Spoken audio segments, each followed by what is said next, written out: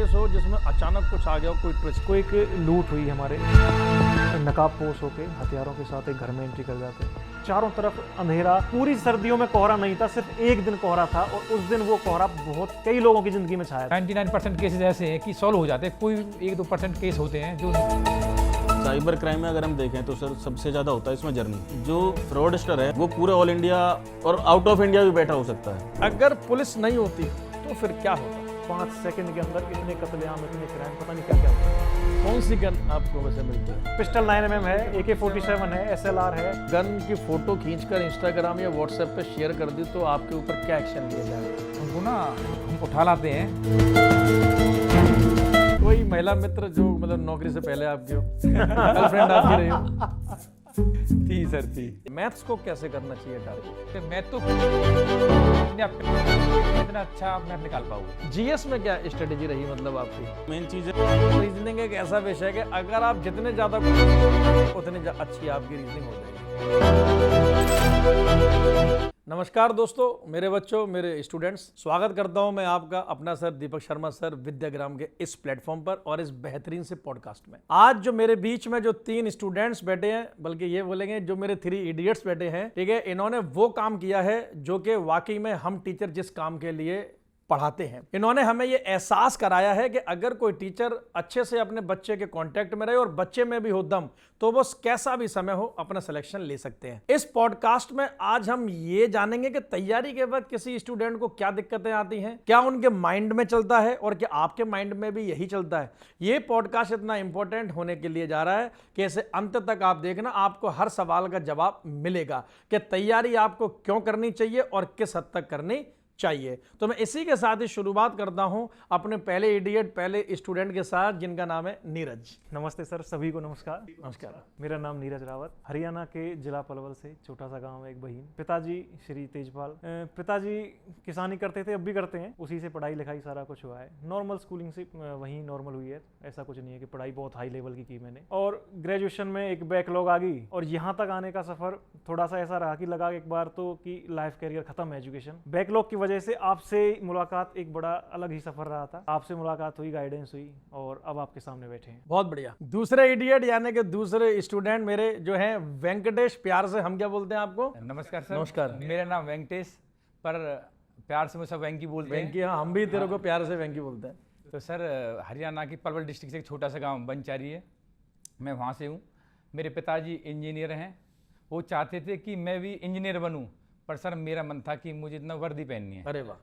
वर्दी में रहना, तो इसलिए सर मैंने ये लाइन चूज करी। चलिए, बहुत अच्छी बात है। अभी इन्होंने वर्दी का नाम लिया, मैं उसके ऊपर भी आऊंगा क्योंकि आप सभी उसी वर्दी के लिए ही तैयारी कर रहे हैं। जॉब में वर्दी हो या फिर ना हो, लेकिन फिर भी आपके जहन में ऐसा रहता है कि हमेशा कुछ ना कुछ वर्दी प्रकार के आपके ऊपर जिम्मेदारियां हैं और इसी जिम्मेदारियों को पूरे अच्छे तरीके से निभाया है मेरे तीसरे इडियट ने, जिसका नाम है करमवीर। नमस्कार सर। नमस्कार जी। मेरा नाम करमवीर है, मेरे फादर का नाम श्री सुखवीर सौरौत है। मेरा रेजिडेंस है बेसिकली हरियाणा स्टेट में, पलवल जिले से बंचारी गांव है। और बंचारी गांव हरियाणा में बहुत ही फेमस है और जो बच्चे तैयारी करते हैं उन्होंने पढ़ा भी होगा, क्योंकि बंचारी में एकमात्र गाँव है, वो एकमात्र मंदिर है दाऊ जी का, जो आपके एग्ज़ाम्स में भी आता है। तो वहीं उसी गाँव से हैं और आगे की तैयारी करी। बीच में बहुत सेटबैक्स आए, सर ने हर पॉइंट पे हमें साथ दिया था। देखो, यही मैं आपको बताना चाहता हूं कि जब आप तैयारी करते हो तो बहुत सारे चैलेंजेस आते हैं, लेकिन इन्होंने सभी चैलेंजेस को दूर किया और हरियाणा पुलिस में 2019 में तीनों ने एक साथ सिलेक्शन लेकर दिखाया। तीनों ने एक साथ तैयारी की, एक साथ सेलेक्ट हुए, ट्रेनिंग भी एक ही साथ हुई और पोस्टिंग भी आज इनकी तीनों की एक ही साथ है। इनमें से 2 स्टूडेंट नीरज और वेंकी जो हैं, ये हैं क्राइम ब्रांच में हरियाणा की। करमवीर जो है ये हरियाणा की साइबर क्राइम ब्रांच में है।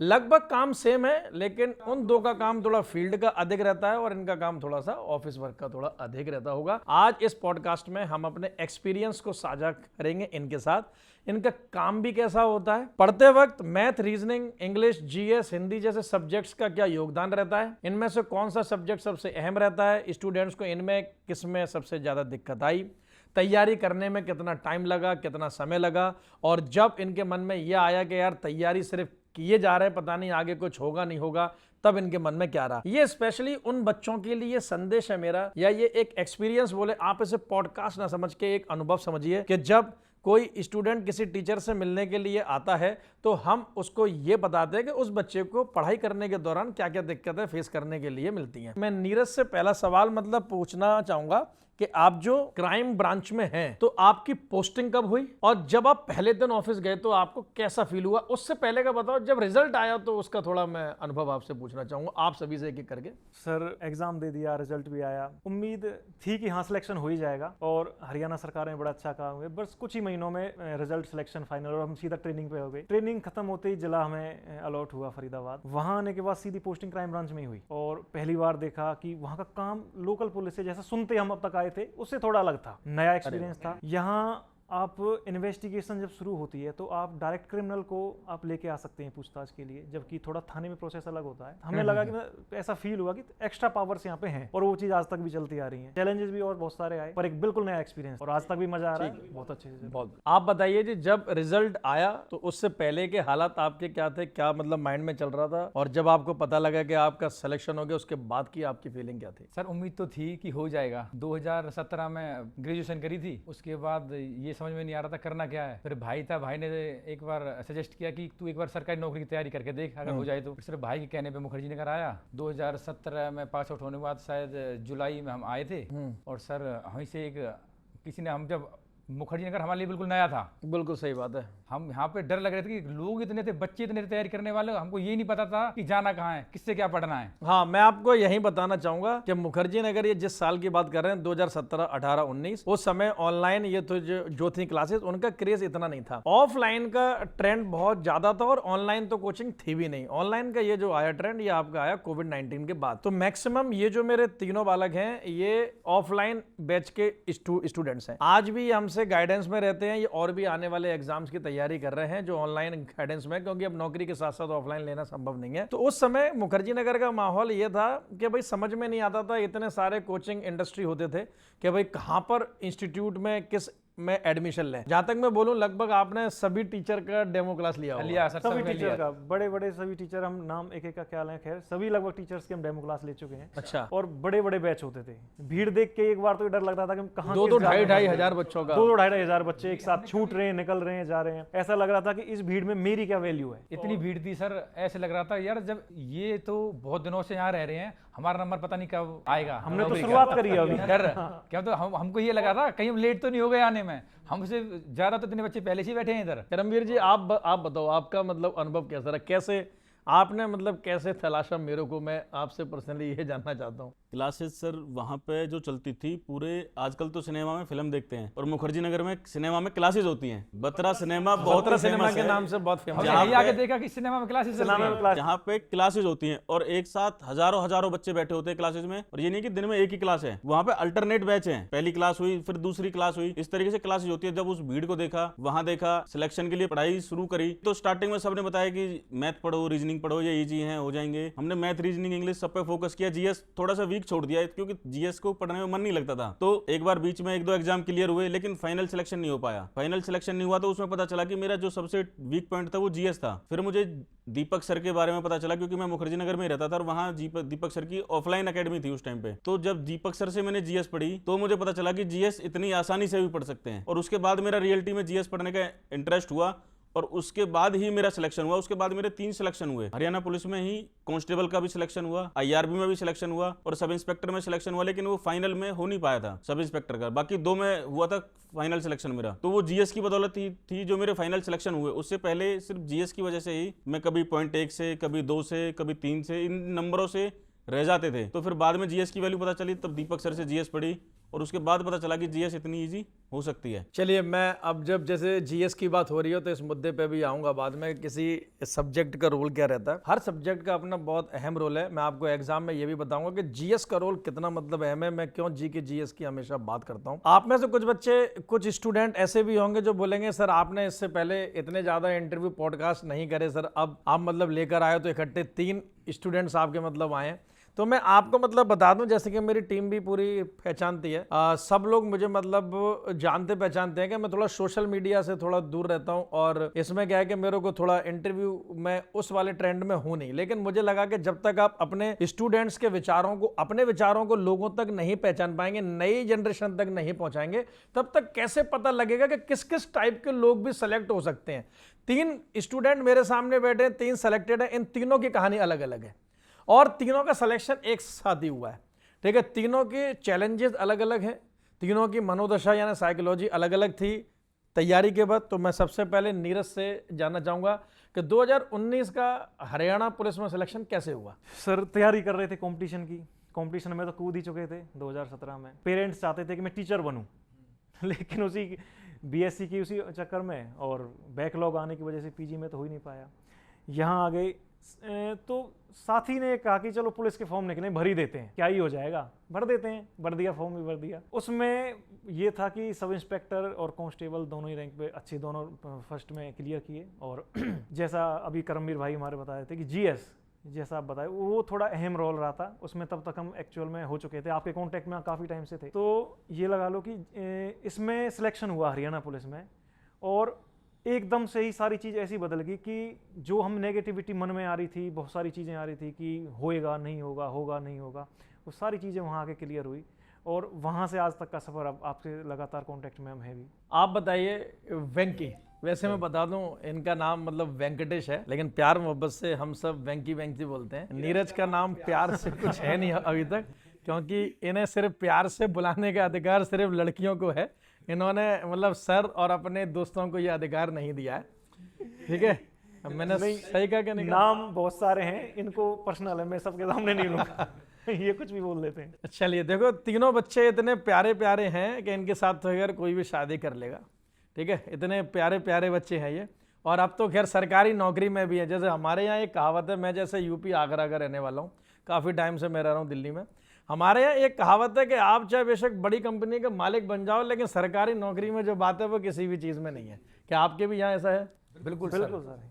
हरियाणा में बिल्कुल ऐसा है सर। मेरे बताता रहा हूँ, मेरे पिताजी इंजीनियर हैं, पर वो खुद भी मेरे से कहते थे कि भाई अगर चाहिए नौकरी करनी है तो सरकारी देख। सरकारी नौकरी की जो वैल्यू है ना, वो वैल्यू कहीं नहीं है। बिल्कुल सही बात है। तो वेंकी जी, मतलब वेंकटेश जी, आप ये बताओ कि तैयारी के वक्त आपके साथ सामने क्या क्या चैलेंजेस थे? सर इस सबको पता, जब कोई पहली बार जब कोई मुखर्जी नगर में आता है तो सर इतनी भीड़ को देख के डर तो लगता है। तो सर स्टार्टिंग में तो ऐसा हुआ था, इतनी भीड़ देख के मैं खुद वापस लौट गया था घर कि मेरे से नहीं हो पाएगा। हाँ, तो पहले से इतनी भीड़ है। फिर मेरे भाई ने बोला कि यार अभी से नहीं हो पाएगा, एक बार चल नहीं हो पाएगा कोई दिक्कत नहीं है, मेहनत तो कर सकता है, एक बार मेहनत करके देख, नहीं होगा हम आप देख लेंगे, पर तू कर, तेरा मन है। जब मेरे भाई ने मोटिवेट किया सर, तब मैं आया। फिर मैं आपसे मिला, जब मुझे आपके पास जब मैं बैठा तो मुझे लगा मुझे बड़ा भाई मिल गया।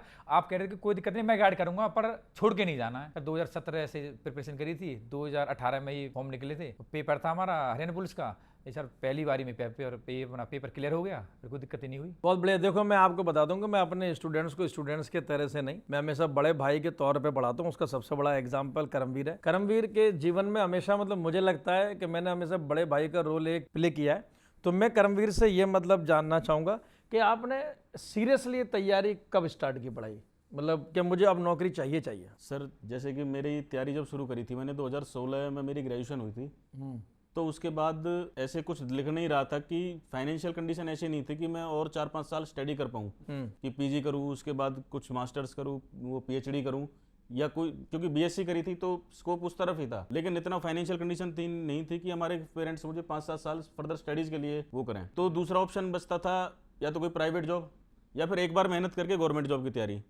तो फिर उसके बाद मैंने गवर्नमेंट जॉब की तैयारी करी। मैंने स्टार्टिंग में तैयारी करी तो मेरा मैथ और रीजनिंग थोड़ा अच्छा था, तो मेरा मुझे फर्स्ट 7-8 महीने के बाद ही मेरा एक बार प्री क्लियर हो गया था सीपीओ का। तो मुझे लगा कि मेरा तो बहुत इजीली हो जाएगा। मैंने उसके बाद थोड़ा सा लाइट करके तैयारी करनी शुरू करी, तो बट अगले 1 साल तक मेरा कहीं भी फाइनल सिलेक्शन नहीं हो पाया। तो फिर सीपीओ का अगली बार मैंने जब दिया तो उसमें फाइनल सिलेक्शन से पहले ये था कि मेरा प्री हो गया था, मेंस भी हो गया था, तो मुझे लगा कि अब मेरा फाइनल हो जाएगा। तो मैं तैयारी छोड़ के घर चला गया कि मैं तो अब आराम से जॉब पे आ जाऊंगा, मैं चल यही जाऊंगा। मिस्टेक किया आपने। मैंने फाइनल तक का वेट नहीं किया, लेकिन जब रिजल्ट आया तो उसमें कट ऑफ थी जो, और बार से और 20 नंबर एक्स्ट्रा गई, तो मेरा उसमें फाइनल सिलेक्शन नहीं हो पाया। फाइनल सिलेक्शन नहीं हो पाया तो जब मुझे लगा कि अब मेरे 2 साल तो वो भी गए, अब मैं करूँ तो करूँ क्या। तब उसके बाद मैंने लास्ट चांस मांगा था घर वालों से, तब भी घर वालों ने कहा था कि देख फाइनेंशियली जितना हम सपोर्ट कर सकते थे हमने कर लिया, अब तू अपने दम पे अगर कर सकता है तो कर ले, तेरे को टाइम दे सकते हैं, बट अब फाइनेंशियली हम सपोर्ट नहीं कर पाएंगे। तो तब मैं आया था वापस, तब आपसे मिला था, आपसे बताई भी थी, तब आपने मुझसे कहा था कि अगर तू सच में पढ़ना चाहता है, तैयारी करना चाहता है, तो तू रुक और यहाँ पे स्टे कर, अगर यहाँ रहेगा तो सिलेक्शन 100% है। और वो बात थी,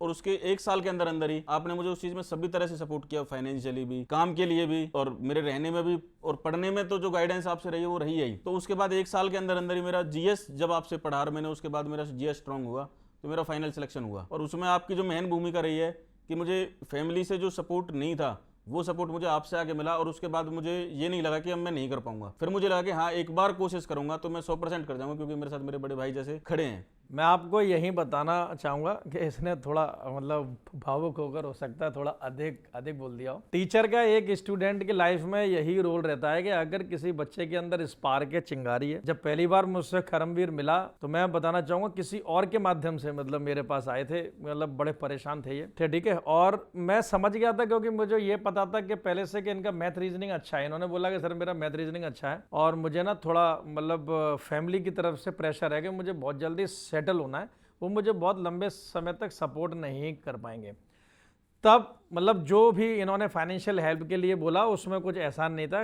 करमवीर ने मेरे उस समय ऑफिस का बहुत अच्छे से काम संभाला था, 5-6 घंटे प्रॉपर काम करता था। ये मैं मैसेज उन बच्चों के लिए दे रहा हूँ जो ये बोलते हैं कि काम करते करते हम सर तैयारी नहीं कर पाए, ठीक है। 5-6 घंटे बहुत ईमानदारी के साथ काम भी करता था, ठीक है। और काम करने के बाद साथ साथ में पढ़ाई भी करता था। मैं जब भी आता था तो मैं देखता था कि जो भी फ्री टाइम होता था तब भी मैथ्स ही लगा रहा होता था। मतलब देखो पढ़ता था जीएस की एकेडमी में, लेकिन लगाता था मैथमेटिक्स। आप अब ये आइडिया लगा लो कि मैथ के लिए बच्चा इतना सीरियस होता है कि उसको लगता है कि मैथ के अलावा कोई सब्जेक्ट है ही नहीं।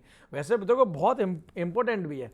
आप चाहे रेलवे की तैयारी कर रहे हो, आप चाहे एसएससी की तैयारी कर रहे हो, Haryana police, UP police, Bihar police, math, GS, reasoning, English जैसे सब्जेक्ट आपके लिए बहुत मायने रखते हैं और चारों सब्जेक्ट की इक्वल वेटेज है। बट जीएस जो आपका सब्जेक्ट है वो आपके मेरिट और टॉपर्स की रैंक तय करेगा। आप टॉप 10 में आओगे, टॉप 100 में आओगे, टॉप 500 में आओगे, ये आपकी डिपेंडेंसी जीएस के मार्क्स के ऊपर होती है। क्योंकि बाकी सभी में तो आपके मार्क्स अच्छे आ ही जाते हैं, क्योंकि सारे जिंदगी आप उसी में ही लगे रहते हो।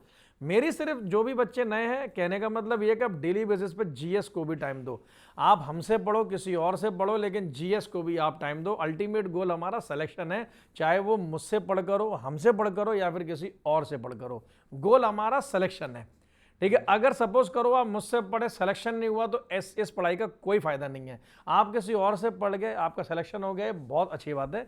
टीचर के लिए जो पहला ऑब्जेक्टिव है वो अपने स्टूडेंट का सिलेक्शन है। अब हम चलते हैं उस संसार में, दुनिया में, जिसके बारे में सबसे कम सुना गया है। पुलिस स्टेशन, कोर्ट कचहरी, अदालत, ये तो हमने मूवीज में बहुत देखी है, इसके बारे में बहुत कुछ सुना है, लेकिन हमने क्राइम ब्रांच के बारे में बहुत कम सुना है। ये एक ऐसी रहस्यमय संसार है, ऐसे लगता है जैसे बर्मुडा ट्रायंगल के बाद अब यही एक रहस्य जो जानने के लिए रह गया है। तो आप बताइए क्राइम ब्रांच में पहला दिन आपका कैसा रहा?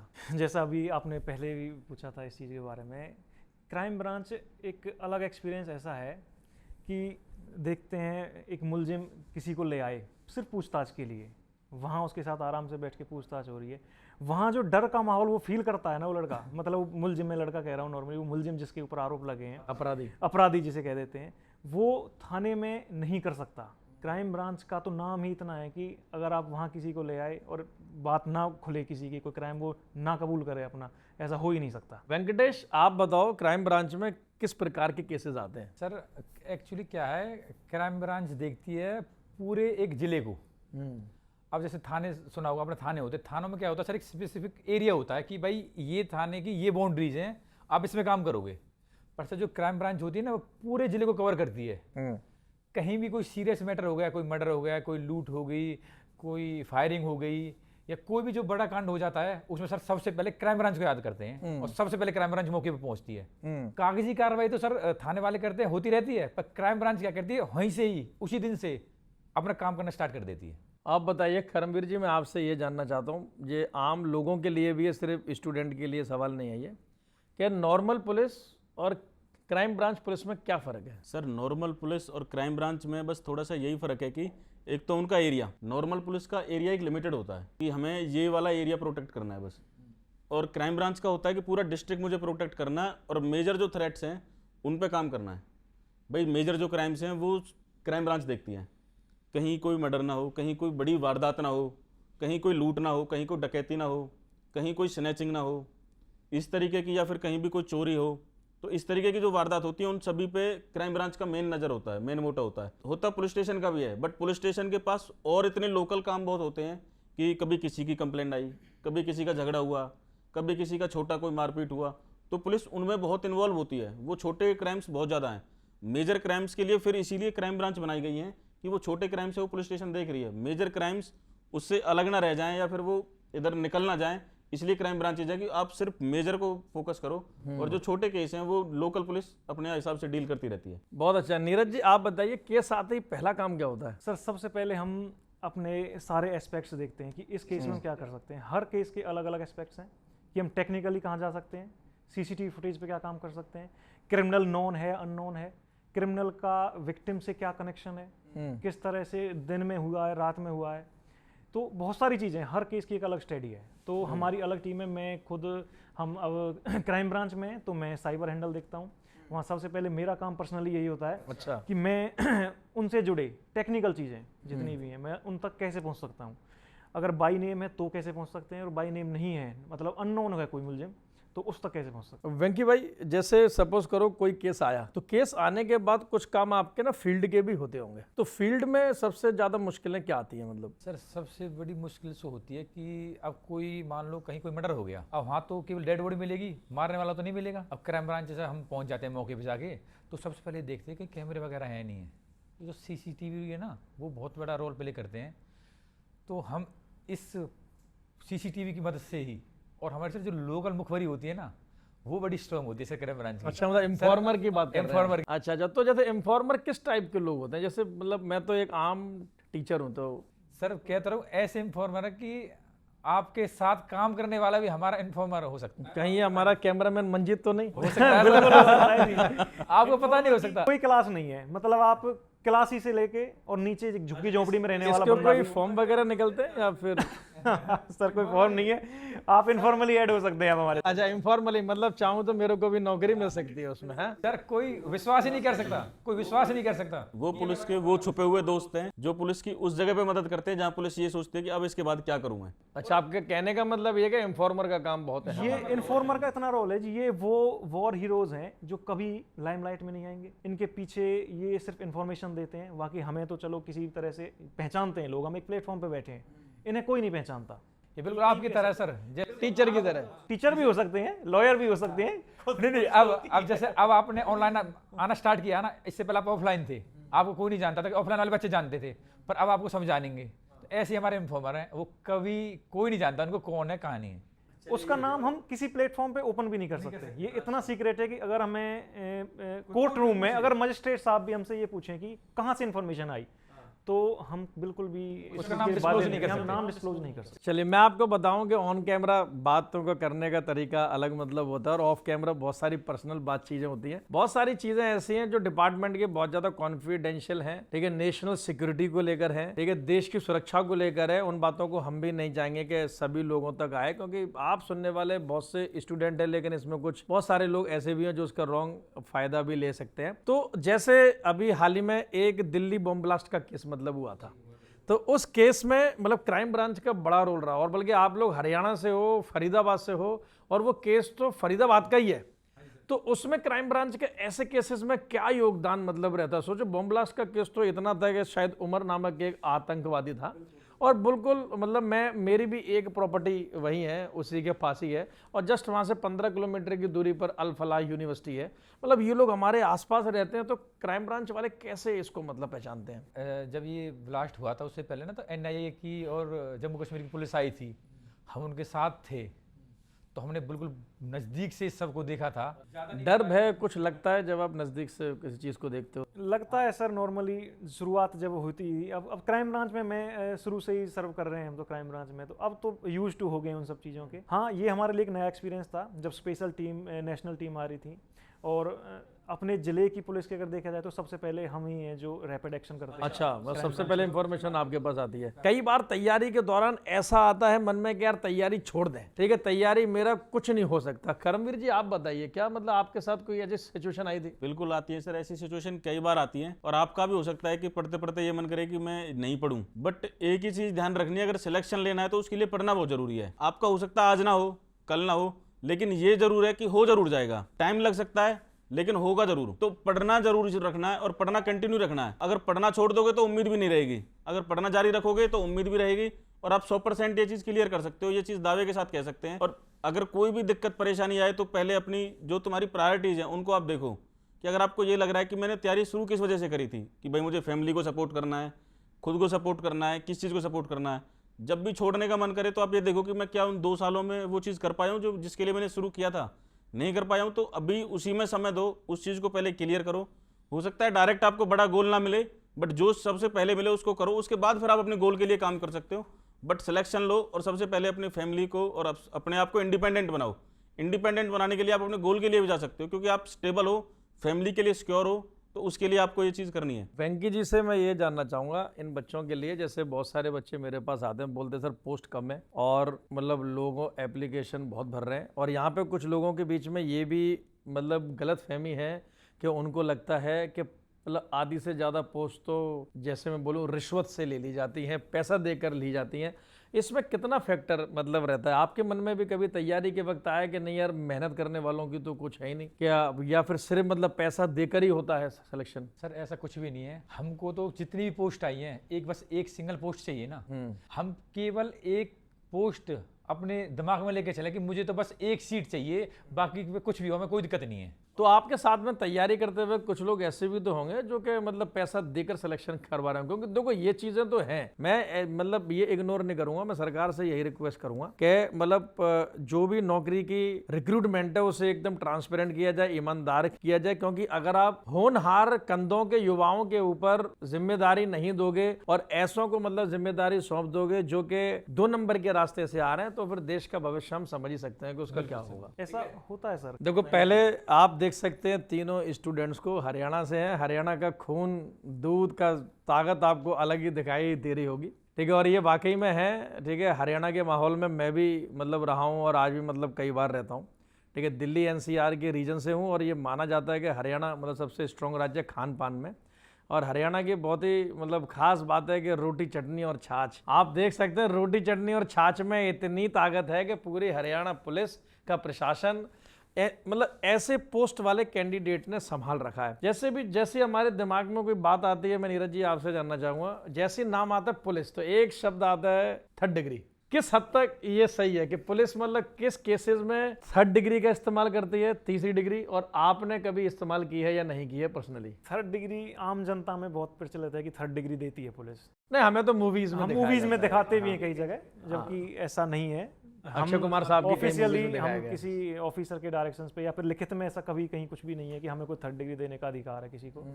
हाँ, थोड़ी सख्ताई से पूछताछ कर सकते हैं, थोड़ा वर्बली धमका सकते हैं, लेकिन क्राइम ब्रांच की थोड़ी सी सख्ती वो बहुत से भी ज्यादा होती है। अब वो चीजें अलग हैं, कोई कितना डर जाता है इस चीज से, क्राइम ब्रांच का तो नाम ही काफी है। और अपराधी तो वैसे भी पुलिस से डरते ही है, आम जन है वो पुलिस से नहीं डरते। अपराधी के लिए तो होना भी चाहिए डर, पुलिस का भी, क्राइम ब्रांच का भी, और फिर प्रशासन आज सपोर्ट भी कर रहा है पुलिस के साथ भी, प्रशासन भी सख्त है, 0 टॉलरेंस पे काम करते हैं, तो अपराधी के मन में तो डर होना भी चाहिए। चलो, कर्मवीर जो है ये साइबर ब्रांच में है, तो मैं एक बहुत ही बेसिक सा सवाल पूछना चाहूंगा, आप सबके सामने भी है।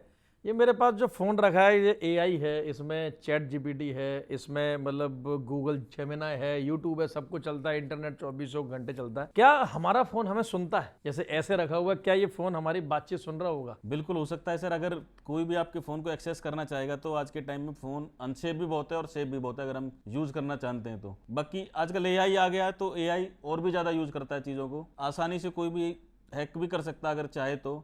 बट इस चीज़ के लिए हमें सेफ होना जरूरी है। और साइबर क्राइम में तो अवेयरनेस को ही सबसे इंपॉर्टेंट बताया गया है। साइबर क्राइम से अगर बचना है तो सबसे इंपॉर्टेंट अवेयरनेस ही है। आपको दो ही चीज़ों को छोड़ना पड़ेगा, लालच को, डर को। अच्छा, अगर आप इन चीज़ों से हट गए तो साइबर क्राइम से बच सकते हो। अगर इन चीज़ों के चक्कर में पड़ गए तो साइबर क्राइम में फंसना जरूरी है। मतलब आपको तय है कि आप साइबर क्राइम में फंस जाओगे अगर इन चीज़ों के चक्कर में पड़ गए तो। बहुत हद तक ये भी है कि फ़ोनों में हमारा सारा डाटा स्टोर होता है। फोन में अपने पर्सनल फोटोज, डेटा वगैरह रखना सही है या बिल्कुल, आप पर्सनल फोन है तो रखेंगे ही, और रख भी कहाँ सकते हैं, लेकिन कितना सेफ है। मैं आपको, जैसे आप क्वेश्चन पूछ रहे थे, हमें सुन सकता है क्या? एक केस हमने एक बार सुना था न्यूज में, पढ़ा भी था थोड़ा उसके बारे में।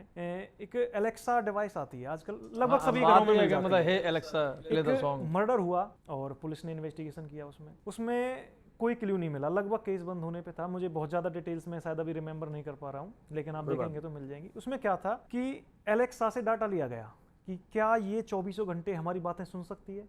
जैसे आप ये फ़ोन रखा है, इसके सारे जो परमिशंस हैं, सारे ऐप्स इनेबल हैं, इवन इसका माइक, स्पीकर, सारा कुछ परमिशन ले रखी हैं। हम जो बात कर रहे हैं इनपुट के तौर पे जा रहा है, अब ये उसे कैसे प्रोसेस कर रहा है, इसकी परमिशन भी हम डिसाइड भी कर सकते हैं। कुछ हद तक ये ऐसा नहीं है कि बाहर कहीं भेज देगा, अपने पास है, अपने मतलब इन्फॉर्मेशन पहुंच रही है इसके पास, अपने पास रख रहा है, लेकिन इसका मिसयूज कैसे होगा वो एक अलग बात है। तो उस एलेक्सा डिवाइस का जब डाटा लिया गया तो उसकी पूरे दिन की रिकॉर्डिंग्स निकाली गई कि इसने क्या क्या सुना। तो उसमें हम जब चीज़ देखी, उसमें सामने आया कि उसने जिसका मर्डर हुआ उसी की शायद कोई रिलेशन में था, शायद पत्नी, पता नहीं कौन था, मुझे याद नहीं, ठीक है, वो उसका नाम सामने निकल के आया। और ऐसा ही ये होता है, ये सुन जरूर रहा है, ये स्टोर भी हो रही होंगी चीज़ें, ऐसा नहीं है कि डाटा कहाँ जा रहा है। अब उस पर एक अलग टॉपिक बन जाएगा, वो एक लंबा विषय हो जाता है इस चीज़ का। बिल्कुल। तो हम यह समझ सकते हैं कि एलेक्सा का इन्होंने नाम लिया तो मतलब टेक्नोलॉजी का इन्वेस्टिगेशन में बहुत बड़ा रोल रहता है। बिल्कुल, बहुत बड़ा। और टेक्नोलॉजी आने के बाद शायद मुझे लगता है कि इन्वेस्टिगेशन आपके लिए बहुत आसान हो गया होगा, लेकिन जो अपराधी है वो भी तो इसका इस्तेमाल करके और अपडेट हो जाता होगा। जी बिल्कुल, ऐसा होता है और कर भी रहे हैं। अब ये है कि भाई चोर पुलिस का चूहे बिल्ली जैसा खेल है, मतलब वो भाग रहे हैं, हम उसके पीछे भाग रहे हैं। अगर हम उनसे स्मार्ट नहीं है तो वो हमेशा हमसे आगे रहेंगे। और एआई टेक्नोलॉजी जितना हम ले रहे हैं उतना उनके पास भी पहुंचती है। कुछ एक प्राइवेट कुछ टूल्स ऐसे हैं जो स्पेशल हमारे लिए बनाए जाते हैं, LEA जिन्हें बोलते हैं, लॉ एनफोर्समेंट एजेंसीज, हमारे लिए स्पेशल बनते हैं, वो हमें एक्स्ट्रा पावर्स देते हैं और इन्हीं की वजह से हम उनसे 2 कदम हमेशा आगे भी रहते हैं। आप बताइए, जितनी भी मेहनत आपने की, जैसे ये बच्चे भी अपने तैयारी के लिए मेहनत कर रहे होंगे, कुछ आने वाली पीढ़ियां आपको देखेंगे जो भी सरकारी नौकरी की तैयारी में नहीं आई हैं। मैं हमेशा अपने बच्चों से बोलता हूँ, ज़िंदगी में कुछ लेनी तो सरकारी नौकरी लेनी है। पहला अपना जो फोकस है सरकारी नौकरी, देखो बाद में आपके नसीब में नहीं है या फिर कुछ भी हो सकता है, तब का तब सोचेंगे, क्योंकि तब का तब सोचने वाला ऑप्शन तो आपके पास उस टाइम पे भी है जिस टाइम पे कि आपके नौकरी नहीं लगी है। वो ऑप्शन कहीं थोड़ी ना मतलब आपके पास से जा रहा है ना। तो जितनी मेहनत आप लोग तैयारी के लिए करते हैं, क्या नौकरी लगने के बाद वाकई में उतना सुकून मिलता है या फिर ये लगता है कि यार मेहनत बहुत की और उतना सुकून नहीं मिला यार? यही हमारा जो पढ़ाई का दौर होता है ना, ये सबसे आसान दौर है। हम सुबह 7 बजे लाइब्रेरी चले गए और मैं करूँ आप 10-11 रात को 10-11 बजे तक आराम से लाइब्रेरी में बैठे रह सकते हो। इस जीवन में जो सबसे आसान काम है ना सर, वो पढ़ाई है। हमने पढ़ाई करी और हमारी जॉब लग गई। अब हमारे पास किसी चीज़ की कमी नहीं है। कोई कमी भी अगर रह जाती है तो वो केवल और केवल नौकरी है जो पूरा कर पाती है, जिससे 2 पैसे घर में आ रहे हैं। अगर सर नौकरी नहीं होगी ना, कुछ भी नहीं हो सकता। अब तैयारी करेंगे ना तो 100% नौकरी मिलेगी। एक बार एक रूटीन बना लो कि भाई मुझे तो इतने घंटे पढ़ना ही पढ़ना है। जैसे कई बार क्या ऐसा हो जाता है सर, जब रात को हम सोते हैं ना तो हमको हमारा माइंड घूमता रहता है कि यार आज मैंने टाइम वेस्ट तो नहीं किया, आज पढ़ाई करी नहीं करी। तो सर ये सब रिमाइंड होता रहता है। अगर पढ़ेंगे ना सर, अगर पढ़ेंगे छोड़ेंगे नहीं तो 100% सफलता जरूर मिलेगी। डेली चैलेंजेस आ सकते हैं, हो सकता है आज मेरा मन नहीं लग रहा, आज पढ़ाई नहीं हुई, उससे कई बार नेगेटिविटी आती है बच्चों के अंदर। और मैं सभी से कहना चाहूँगा कि भाई नेगेटिविटी मत आने दो। ऐसा बिल्कुल हर दिन एक जैसा नहीं होगा, हर दिन आप उतनी कंसिस्टेंसी के साथ नहीं पढ़ सकते, हर दिन आपको ऐसा नहीं मिलेगा। हो सकता है आपकी किसी फैमिली, रिलेटिव, दोस्त कुछ ना कुछ ऐसा मिलता रहे इनपुट्स आपको जो थोड़ा सा मायूस कर सकता है, डिस्ट्रैक्ट कर सकता है। कंटिन्यूटी मतलब धीरे धीरे आप कम से कम इतना कि एक कह देते हैं कि भाई अब आजकल आप क्या देख रहे हैं कि जो बच्चे सिलेक्शन ले गए अच्छी लाइफ जी रहे हैं। जैसे आपने पूछा कि सरकारी नौकरी का क्या फ़ायदा है, समाज में तो एक अलग वैल्यू है, ये तो ऑल इंडिया में लगभग ये है कि सरकारी नौकरी मतलब बेस्ट आदमी है, इससे ऊपर कोई भी नहीं है। अब वो ज्ञान दे सकते हैं सब जगह बैठ के, लेकिन बात यही आती है कि अगर आप 6 घंटे बैठ के अगर आज नहीं पढ़ सकते तो कल आप 12 घंटे किसी फैक्ट्री में मजदूरी करने के लिए तैयार रहना।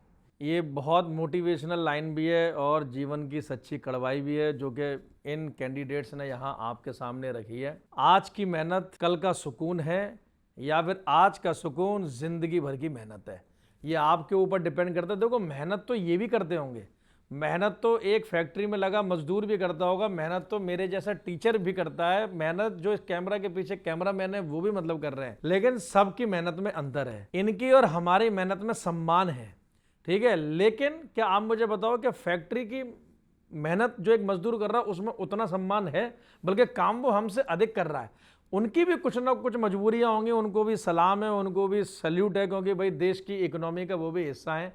लेकिन आपके माता पिता आपको बहुत मुश्किल से पढ़ा रहे हैं, इसलिए इस समय का लाभ उठाओ। वेंकी ने एक बात बोली कि सर ये गोल्डन पीरियड है, पढ़ाई सबसे आसान चीज़ है, और विश्वास मानो मैं भी इस बात को मानता हूँ कि पढ़ाई आपकी ज़िंदगी की सबसे आसान चीज़ है, इसके बाद आपके हालात बदल जाएंगे।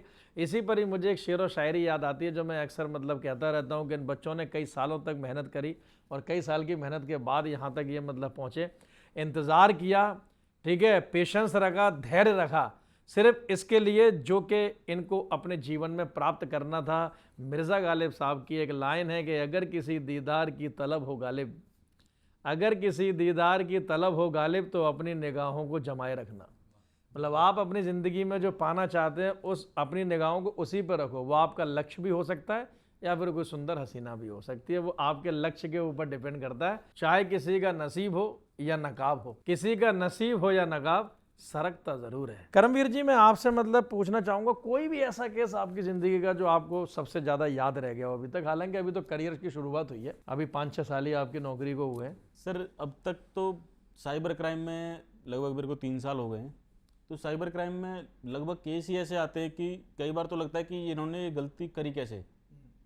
जैसे कि एक डिजिटल अरेस्ट में था, एक 80 ईयर्स के पर्सन थे, तो उनके साथ हुआ था, और तो उनका पेंशन का सारा पैसा था, घर पे अकेले थे, फैमिली के साथ रहते थे, वेल सेटल्ड आदमी थे, तो पेंशनर थे वो। तो उनके साथ क्या हुआ था कि उनके बच्चे थे जो बाहर सेटल थे विदेश में, उनके साथ फ्रॉड हुआ था कि आपके बच्चे को पकड़ लिया है। और उन्होंने उस टाइम पे एकदम से पैनिक होके वो बच्चों को कॉल कर रहे थे, बच्चे ने उस टाइम पे शायद कॉल उठा नहीं पाए, तो उनको लगा कि शायद ये सच हो सकता है। तो उनसे जब इस तरीके से उन्होंने डिमांड करी गई, वो डिजिटल अरेस्ट में इतने बुरे फंसे कि वो 2 दिन के बाद तो निकल पाए। और एक केस ऐसा हुआ था हमारे यहाँ पे। डिजिटल अरेस्ट एक्चुअली होता है क्या है? मतलब डिजिटल अरेस्ट सर ऐसे होता है कि इसमें आपको कोई भी इस तरीके से कॉल करेगा कि हम साइबर क्राइम से हैं या क्राइम ब्रांच से हैं, उस क्राइम ब्रांच से हैं, आपको वर्दी पहन के फ़ोन करेगा, डायरेक्ट कॉल कर सकते हैं कि आपका कोई पार्सल पकड़ा है, या तो कि आपका कोई या तो फ्रेंड था वो विदेश में है तो उसको पकड़ा है, आपका कोई रिलेटिव है कोई विदेश में है या फिर कहीं बाहर है, आउट ऑफ टाउन जहाँ भी है, कि इसको हमने अरेस्ट किया है इस इलीगल चीज़ के साथ और इसने आपका नाम भी लिया है, या फिर पार्सल है इसमें आपका एड्रेस है, आधार कार्ड है, तो आपको इन्वेस्टिगेशन के लिए ज्वाइन करना है और आप वीडियो कॉल पे ही रहोगे, सामने हो सकता है वर्दी में बैठा हो पर्सन, तो वो फेक होते हैं, उसमें डरने वाली कोई बात नहीं होती। अगर इस तरीके से कोई भी आता है तो सबसे पहले उनसे कहो कि ठीक है मैं लोकल पुलिस में जा रहा हूँ, वहां जाके आपसे बात करा देता हूँ, जो भी चीज़ है इन्वेस्ट पुलिस स्टेशन से कॉन्टेक्ट करना डिजिटल अरेस्ट जैसा एक्चुअल में कोई होता ही नहीं है, कुछ चीज़ें। होता नहीं है कि सर। लोगों को इस चीज का अवेयरनेस ही नहीं है कि डिजिटल अरेस्ट होता ही नहीं है कुछ। अच्छा, सरकार की तरफ से ऐसा सरकार कोई की तरफ concept से नहीं कुछ है। डिजिटल अरेस्ट होता ही क्या है? मतलब एक बंदे को आप कैमरे के सामने मजबूर करके बैठा रहे हैं कि आप यहाँ से हिल नहीं सकते, आपको यहीं बैठे रहना है, ऐसी कोई चीज होती ही नहीं है। इसमें एकदम से पैनिक हो जाता है इंसान की, पता नहीं क्या हो गया है इसे, इस पे आगे एकदम से क्या हो गया कि कोई दिक्कत तो नहीं है। तो इस चीज़ में बहुत ज़्यादा लोग फंस जाते हैं और मोस्टली इसमें एज्ड पर्सन ही लोग फंसते हैं डिजिटल अरेस्ट में। और एक केस हुआ था सर जो लगभग कई बार याद आ जाता है कि अपने वहाँ पे एक साइबर फ्रॉड हुआ था उस लड़की के साथ, तो उसने सुसाइड कर लिया था। तो वो चीज़ कई बार रह जाती है, तो उसमें बड़ा दुख होता है कि उन्होंने चंद पैसों के लिए एक जीवन चला गया। तुम लोगों के साथ तो मतलब अक्सर होता हो, बड़ा अजीब सा लगता हो, कई दिन लग जाते होंगे उससे बाहर निकलने में। कुछ भी नीरज आप बताओ, कुछ भी कोई ऐसा केस हो जिसमें अचानक कुछ आ गया हो, कोई ट्विस्ट जो आपने बोला यार ये तो मैंने सोचा ही नहीं था? केसेस में करते रहते हैं, कई बार तो हमें ऐसा लगता है कि शायद हो ही ना पाए। मुझे एक इंसिडेंट याद है, एक्चुअल में डेट भी मुझे याद है, 3 जनवरी 2025 को एक लूट हुई हमारे फरीदाबाद जिले के अंदर एक गाँव में। लूट क्या हुई, 6 बंदे रात के, उस दिन बहुत ठंड थी, 3 जनवरी ऑलमोस्ट, मतलब बहुत सारा कोहरा था, और नकाब पोश होके हथियारों के साथ एक घर में एंट्री कर जाते हैं। घर में 6 लोग हैं, 3 बच्चे, 2 हस्बैंड वाइफ और उनकी बूढ़ी माँ। लूटते हैं, सोना कैश वगैरह लूट के ले जाते हैं, और उसमें एक बच्चे को थोड़ी चोट भी आती है, शायद थप्पड़ से या कैसे, उसके फेस पे कुछ चीज़ें हैं, और वो एकदम ऐसा ब्लाइंड था कि चारों तरफ अंधेरा, पूरी सर्दियों में कोहरा नहीं था, सिर्फ एक दिन कोहरा था और उस दिन वो कोहरा बहुत कई लोगों की जिंदगी में छाया था। मैं आपको सच्चाई बता दूं, वो सिर्फ एक कोहरा ऐसा नहीं था कि एक दिन का था। हम मेहनत कर रहे थे और इस बात पे आके इन्वेस्टिगेशन खत्म होगी कि कोहरे की वजह से कुछ भी नहीं दिख रहा। हमने बैक डेट में काम करना स्टार्ट किया और लगभग हताश होकर हम वापस लौट रहे थे। कहते हैं ना, एक उम्मीद की किरण, एक जैसा ट्विस्ट के बारे में पूछ रहे थे। सीसीटीवी में हमें कुछ ऐसा दिखा और एकदम से ऐसा टर्न लिया केस ने और वहीं से केस सारा खुलता चला गया और सिर्फ 3 दिन के अंदर 3 जनवरी से लेकर 6 जनवरी को सारे मुलजिम अरेस्ट हो चुके थे। वेंकी, जब कोई केस ऐसा आता है कि लग रहा है कि हाथ से निकल रहा है, तो उस प्रेशर को कैसे हैंडल करते हो आप? सर हमारे ऑफिसर्स होते हैं, वो हमको समझाते हैं। तो सीनियर का हाँ, मतलब senior रोल होते हैं, रहता वो है साथ होते हैं, गाइड करते हैं। वो कहते हैं कि कोई दिक्कत नहीं, सॉल्व नहीं होगा, कुछ सीखने को तो मिलेगा, पर आप करो। सर मैं तो कह रहा हूँ 99% केसेस ऐसे हैं कि सॉल्व हो जाते हैं। कोई 1-2% केस होते हैं जो नहीं हो पाते, वरना मोस्टली केस सॉल्व हो जाते हैं। इस जॉब का सबसे ज़्यादा स्ट्रेस वाला पार्ट क्या है, मतलब जब आप काम करते हो? अगर साइबर क्राइम में अगर हम देखें तो सर सबसे ज़्यादा होता है इसमें जर्नी, क्योंकि जो फ्रॉडस्टर है वो कहीं भी बैठा हो इन्वेस्टिगेशन सकता के लिए वो कहीं भी बैठा हो है, वो सकता है। पूरे ऑल इंडिया और आउट ऑफ इंडिया भी बैठा हो सकता है। तो जैसे आने जाने के लिए सरकार खर्चा, सरकारी गाड़ियाँ होती हैं सर, लेकिन गाड़ी से ही ट्रैवल करना होता है बड़ी दूर तक। पूरे ऑल इंडिया में आप, हमें कई बार याद है हम, अच्छा ट्रेन फ्लाइट वगैरह कुछ नहीं, ओनली कार? नहीं सर, ट्रेन फ्लाइट से हम जा सकते हैं, बट ट्रेन फ्लाइट से हम वहाँ इन्वेस्टिगेशन नहीं कर पाएंगे। भाई पर्सन्स को अरेस्ट भी करना है, फिर वापस भी आना है, और फिर मुलजिम भी अगर साथ में होगा तो फिर वो थोड़ा सेफ नहीं होते इतना। तो इसलिए थोड़ा टाइम से आने के लिए कोर्ट में भी और करते हैं, सारी प्रोसीडिंग्स होती हैं, तो उसके लिए फिर अपने व्हीकल से जाते हैं। और ज़रूरी नहीं है कि हमें वहाँ एक ही मुलजिम मिले। अच्छा, वहाँ हो सकता है कि हमें कई सारे मुलजिम मिल जाएं। अब मुलजिम 5 हैं, आप 2 हो, तो सर वो तो लोकल पुलिस भी हम वहाँ, अच्छा लोकल पुलिस का सपोर्ट रहता है। लोकल पुलिस की हेल्प से फिर हम उन सबको अरेस्ट करके फिर वापस आते हैं। अब कई बार ऐसा होता है कि गुजरात से अरेस्ट किया है और हमें रात को ही वापस आना है, सुबह गए और रात को फिर वापस भी आना है, तो बाई रोड जाना बाई रोड आना, तो वो थोड़ा सा जर्नी है वो बहुत ज़्यादा हो जाती है साइबर क्राइम में। तो वो थोड़ी सी ऐसे होती है कि ठीक है, लेकिन जब सॉल्व हो जाता है केस, जो भी वो होता है विक्टिम होता है, अगर उसको विक्टिम को अगर अपनी संतुष्टि है तो फिर हमें ये होता है कि चलो कोई नहीं, हमारी जो मेहनत थी, जो भी हमें स्ट्रेस हुआ वो ठीक है। हमें विक्टिम की स्माइल से हमारी थकान दूर हो जाती है। अगर विक्टिम को ये हो जाता है कि हाँ जी मेरा काम हो गया, मैं बड़ा परेशान, क्योंकि साइबर फ्रॉड में सर वो ये नहीं देखता कि विक्टिम है किस सिचुएशन में। कई बार ऐसा होता है कि बच्चे की शादी है घर में, लड़की की शादी है, या कोई घर में हॉस्पिटलाइज है और उसके साथ फ्रॉड हो जाता है, तो वो एकदम से पैनिक हो जाते हैं। अगर उनको वो टाइम पे रिकवरी मिल जाए, पैसा उनका अरेस्ट हो जाए, मुलजिम उनके अरेस्ट हो जाए, तो उनको बड़ी संतुष्टि मिलती है कि हाँ हमारा काम हो गया है। तो हमें वहाँ वो रिलैक्स मिलता है कि ठीक है, हमने इनके लिए वो काम कर दिया जो इनको शायद ये जीवन में दोबारा इस पूंजी को ना जोड़ पाते। पूरी जिंदगी भर की मेहनत होती है जो एकदम से वो 1 मिनट में, पल में साफ। तो नीरज जी, आप भी तो शुरुआत करते हैं, मतलब मैथ, रीजनिंग, इंग्लिश, जीएस, ये 4 मेनली मेन सब्जेक्ट रहते हैं। इनमें सबसे अच्छा सब्जेक्ट आपका कौन सा फेवरेट, जिसे जो आपका रहा? सब्जेक्ट मेरा फेवरेट इंग्लिश रहा है। इंग्लिश रहा है। तो मैं ये मतलब आपसे जानना चाहूँगा कि आप मतलब इन स्टूडेंट्स को बताओ, आने वाले कैंडिडेट्स को, अगर इंग्लिश को टारगेट करना हो अप्रोच, तो उसे कैसे हम पढ़ें आसान में? मतलब आसान ये है कि मैं सभी को एक बात बता दूं कि इंग्लिश कोई ऐसा नहीं है कि सब्जेक्ट है। इंग्लिश एक लैंग्वेज है।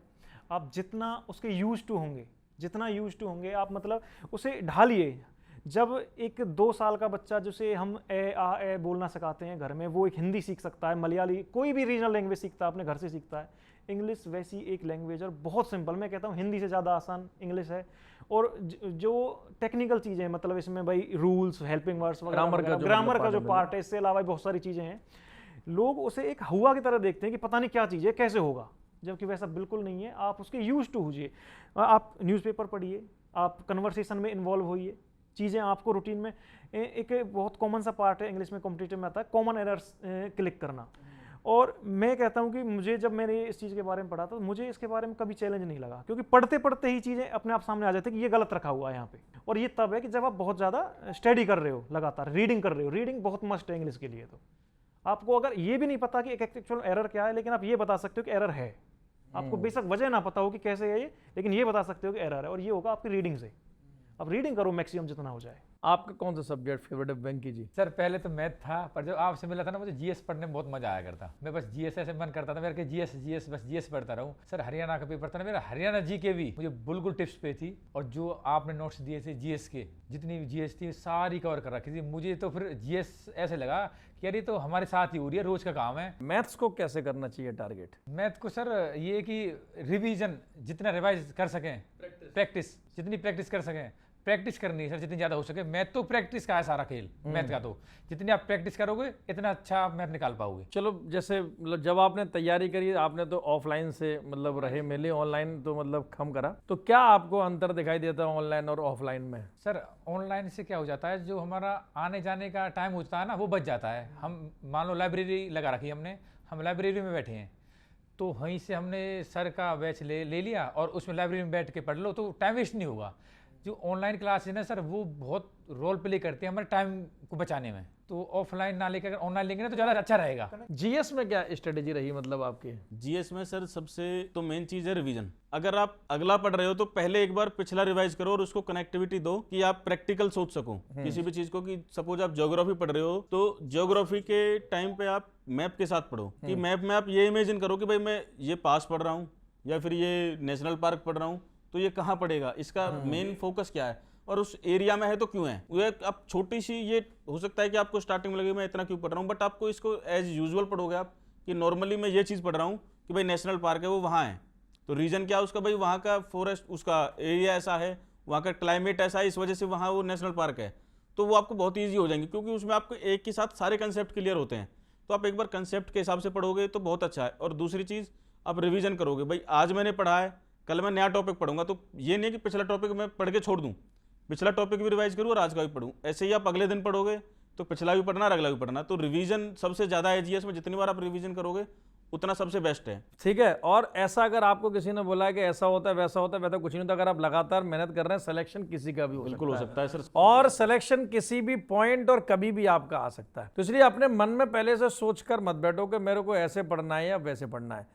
अच्छा, रीजनिंग के बारे में मैं बता दूं, रीजनिंग एक ऐसा विषय है कि अगर आप जितने ज़्यादा क्वेश्चन लगा लोगे उतनी अच्छी आपकी रीजनिंग हो जाएगी। ये मेरा मानना है। आप लोगों का कोई अलग विचार? जब हम तैयारी कर रहे थे, मैंने जब इसकी रीजनिंग के लिए कोचिंग नहीं ली थी, उस वक्त मैं सीजीएल के प्रैक्टिस सेट लगाते थे तो मेरा टाइमिंग था लगभग 1 घंटे में से 11 मिनट में मैं करता था। लेकिन जब ट्रिक्स और शॉर्ट ट्रिक्स सीखने लगा तो वो 5 मिनट पे आ गया था मेरा। जनरली लोग क्या करते हैं कि जीएस को ये समझ लेते हैं कि रटने की चीज़ है, कि पढ़ते जाओ रटते जाओ, मेमोरी में रखनी है और यही आंसर है। जबकि मैं कह रहा हूँ जी ये टेक्निकल चीज़ें हैं। मैं आप समझो कि आपसे कोई कह दे अर्थक्वेक्स कैसे आते हैं, माउंटेन्स कैसे बनते हैं, आप समझो तो सही कैसे बनते हैं। और एक बार अगर आप समझ लेंगे कभी नहीं भूल सकते। हिस्ट्री पढ़नी है, कहते हैं कि सबसे बोरिंग सब्जेक्ट हिस्ट्री बताते हैं जीएस में, और आपसे पढ़ के तो मुझे नहीं लगता कि आपके बिल्कुल भी कोई बोरिंग हो सकता है। ये रियलिटी भी है। वैसे बहुत से बच्चे ऑनलाइन में भी बोलते हैं कि सर मतलब हिस्ट्री को कहानी के तौर पे पढ़ाते हैं। इसका है मेन चीज क्रोनोलॉजी। हिस्ट्री में सिर्फ क्रोनोलॉजी है, आप चीजों को समझो, इंटररिलेट स्टेप बाय स्टेप स्टोरी के तौर पे टाइम के हिसाब से, किस टाइम पे कौन कब आया और उसने क्या खास किया, उसकी वजह से लोकल इकोनॉमी पे, बिजनेस पे क्या इम्पैक्ट पड़ा। ये सिर्फ क्रोनोलॉजी समझनी है। ये मैं तो अपना पर्सपेक्टिव है, बाकी आप जो भी आप समझते हैं हर बच्चे का अलग होता है। नहीं, बहुत बढ़िया। देखो, इसी बीच में मैं आपको एक बात बता दूं कि अक्सर बच्चे मुझसे पूछते रहते हैं कि भाई सर आपका सिलेक्शन कहाँ का हुआ, तो मैं आज ये बिल्कुल सही समय में आपको मतलब बता देता हूँ। इस बात को मैंने कभी ऑनलाइन में नहीं मतलब कहा है, ठीक है। ऑफलाइन के तो बच्चों को खैर पता ही है। मेरा सबसे पहला जो एग्ज़ाम निकला था, मेरा सबसे पहला एग्ज़ाम निकला था सीडीएस का। साल थी 2009 की, मुझे आज भी साल याद है, साल थी 2009 की, ठीक है। लेकिन फिर वहाँ से हटा मैं, मतलब वो मेरे को इंटरेस्ट नहीं आया कि नहीं यार मतलब ये नहीं करना, कुछ और करना है। उसके बाद जब मेरा दूसरा सिलेक्शन हुआ, दैट इज़ हुआ bank PO, oriental bank of commerce, मैंने वो भी छोड़ा। मैंने तो खैर वो ज्वाइनिंग भी मतलब बहुत मुश्किल से की। तीसरा मेरा जो सिलेक्शन आया that is UP lower PCS होता है एक, मतलब यूपी, क्योंकि मैं यूपी का रहने वाला हूं तो यूपी में एक एग्जाम होता है लोअर पीसीएस। अब मैं आपको यहाँ पे अपने एक छोटे से स्ट्रगल के बारे में बताऊंगा। मैंने जब 12th करा तो मेरे 12th में मैं फेल हो गया था। पहले ईयर में मेरे पास था कौन से सब्जेक्ट में आप बैकलॉग? पीसीएम, तीनों में फेल हो गया था, फिजिक्स केमिस्ट्री में। मेरे पापा का सपना था कि यार मैं ना इंजीनियर बनूं, मैं ना इसरो और नासा में जाऊं। लेकिन देखो होता है, हरियाणा यूपी आप किसी भी कहीं भी चले जाओ तो माता पिता का ये रहता है कि नहीं यार हम डिसाइड करेंगे कि हमारा बच्चा क्या करेगा। बच्चे से कोई नहीं पूछता कि आपको भाई क्या करना है। आज का समय अलग है, बच्चे से पूछते हैं बता बेटा तेरा क्या सपना है, ठीक है। तो मेरे को बोला कि नहीं भाई आपको ना फिजिक्स केमिस्ट्री मैथ ही लेना। फिजिक्स केमिस्ट्री मैथ, यार मुझे मैथ कभी समझ में नहीं आई। आज भी अगर आप मुझे मैथ में बिठा दोगे मैं फेल ही हो जाऊंगा, ठीक है, आज भी स्टिल। तो फिजिक्स केमिस्ट्री मैथ में तीनों में फेल हो गया। फिर मैंने 12th फिर से करी, मैंने दूसरे साल में मैंने 12th पास करी, लेकिन पीसीएम के साथ ही करी। जस्ट पास ही हुआ मैं तीनों सब्जेक्ट में। लेकिन जब मैं पास हो गया, मैं उसके बाद मैंने करा बीए। आगरा यूनिवर्सिटी से मेरी मतलब ये है। ग्रेजुएशन में फिर मेरे पास आर्ट साइड थी, मुझे इतना इंटरेस्ट आ गया उसमें, ज्योग्राफी में, पॉलिटी में, हिस्ट्री में, इकोनॉमिक्स में, कि मैं इसमें इतना घुल मिल गया कि मैं अपने घर से 15 किलोमीटर डेली साइकिल से आता था कॉलेज की लाइब्रेरी में, डेली 15 किलोमीटर वापस जाता था। मतलब जो बच्चे सोचते हैं कि स्ट्रगल क्या होता है, मैं आपको आज मतलब था 30 किलोमीटर डेली मेरी साइकिल की रनिंग थी, और ये काम मैंने लगातार 3 साल तक किया। तो अब आप सोचो कि मैं कॉलेज में गया, कॉलेज में रहा, लेकिन जब कॉलेज का मैंने पास आउट किया, वहां से बीए करा, मैं पूरी आगरा यूनिवर्सिटी का टॉपर था। तो एक ऐसा बालक जो कि 12th 2 बार में पास हुई है, वो भी एग्जाम टॉप कर सकता है। तो इसका मतलब ये है कि जिंदगी में कुछ भी संभव है, कुछ भी हो सकता है। और आज आप देख सकते हैं, बाद में मैंने यूपी पीजीटी एग्जाम भी दिए, बाद में यूपी पीसीएस के भी मतलब पेपर मैंने क्वालिफाई किए, बहुत सारे सिलेक्शन हैं, ठीक है। लेकिन तब मैंने अपने जीवन में डिसाइड करा कि नहीं यार, मेरे को टीचर ही बनना है। मैं जब पेपर निकाल रहा था तब भी मैं टीचिंग कर रहा था। कुछ सवाल आप लोगों के लिए, नीरज जी आपके लिए मेरा सवाल मतलब एक है कि नाइट ड्यूटी अगर लगती है तो उसे कैसे हैंडल करते हो? नाइट ड्यूटी सर ऐसे तो नहीं लगती, जैसे थानों में तो क्या होता है कि नाका लगना और ये सब नहीं फिर भी, लेकिन इसमें भी लगती हाँ, तो इसमें होगी। होती है स्पेशल चीजों पे, रेड्स लगती हैं हमारी। और अच्छा, रेड पड़ जाता है। रेड पे जा रहे होते हैं तो लंबी रेड है, दूर की रेड है। और बाहर ऐसा है कि क्रिमिनल की उसको समझा जाता है स्ट्रेटजी को, कि रात का समय रेड के लिए सबसे बेस्ट होता है, और हमारे लिए नाइट ड्यूटी वही है। तो हमें तो रेड भी मुलजिम ही डिसाइड करवाता है कि हम करें किस टाइम। जिस टाइम वो इनएक्टिव रहेगा हम उसकी एक्टिविटी देखते हैं, जिस टाइम वो कम एक्टिव रहेगा, इनएक्टिव रहेगा, या फिर ऐसी जगह पर रहेगा जहां इजीली उसको हम पकड़ सकते हैं, ज़्यादा पब्लिक में नहीं है, भीड़ भाड़ में नहीं है, जहां हम आज इजीली उसको पकड़ सकते हैं और इंटरोगेट कर सकते हैं, तो वो चीज़ है वो खुद बताता है कि हाँ जी मेरा ये रूटीन है, मैं इस तरीके से करता हूँ, अब मुझे यहाँ करो। तो हमें उसके हिसाब से रेड करनी होती है, ना कि अपने हिसाब से। मैं नीरज से ही पूछना चाहूंगा, इस जॉब में अपनी पर्सनल लाइफ को कैसे मतलब मैनेज करते सर हो? मुश्किल होता है, क्योंकि मुझे लगता है कि जो आप लोगों की जो पोस्ट है कांस्टेबल की, उसमें तो प्रेशर बहुत ज्यादा होता होगा, काम ज्यादा है, क्योंकि पुलिस प्रशासन पूरा इसी मैनेज के करते ऊपर ही हैं, टिका हुआ फैमिली है। भी मैनेज करनी है, ड्यूटी भी मैनेज करते हैं। लेकिन अब ये कि बस ये कि किस्मत हमारी इतनी अच्छी है कि लाइफ पार्टनर बहुत अच्छा मिला है, चीज़ें समझते हैं। अच्छा, आप लोग ये बताओ कि पुलिस को लेकर, क्राइम ब्रांच को लेकर जो आम लोग हैं उनकी मिस्टेक्स क्या हैं या फिर गलतफहमी क्या है उनकी? सर गलतफहमी केवल उनकी है जो अपराधी हैं, बाकी जो लोग हैं उनकी कोई गलतफहमी नहीं है। वो समझते हैं कि समझते ये हैं उठा सर। लेंगे। सर वो कहते हैं, मानते हैं सर। लॉकडाउन में लोगों ने पुलिस की बहुत सेवा करी है। लॉकडाउन में लोगों ने देखा है कि पुलिस कैसे अपने परिवार को छोड़ के और कैसे रोडों पे पड़ी है पुलिस। बहुत हेल्प करी सर लोगों ने भी। सर ऐसी ऐसी जगह पे ड्यूटी की है जहां कोविड पेशेंट थे, और जहां पे एक डॉक्टर भी पूरी किट के साथ एंटर कर रहा है, और हम वहां ऐसे ही खड़े थे। जहाँ फैमिली मेंबर खुद जाने से मना कर देता था कि मैं नहीं जा पाऊंगा, वहाँ भी ये था कि ठीक है हम खड़े हैं। जो आपको जॉब में मिलती होगी गन, बंदूक, जी, वो कल किस हद तक आप यूज कर सकते हैं उसको? मतलब पब्लिकली यूज कर सकते हैं या फिर सिर्फ अपने सेल्फ डिफेंस के लिए यूज कर सकते हैं? इसका एक तरीका है कि हमें एक्चुअली वो सिर्फ ये डिफेंस पर्पस है। कौन सी गन आपको वैसे मिलती गन है? हमारे पास मतलब है, पिस्टल है, पिस्टल 9mm राइफल है, है, AK-47 है, SLR है। ये सब आपको मिलती हैं? तो आप इसमें 2400 घंटे कौन सी गन रख सकते हैं, जैसे पिस्टल या राइफल? हमारे पास ही होती है सर। सभी के पास होती हैं। तो मतलब पांचों एक साथ थोड़ी ना रख के हाँ 24 घंटे आप अपने साथ अच्छा। में रख सकते हैं। जब बाहर जाते हैं ना तब लेके चलते थे अपना। जो आपके पास होती है कार, उसमें आप हाँ जब रेड के लिए जाते हैं तो हम मोस्टली वेपन साथ लेके ही जाते हैं।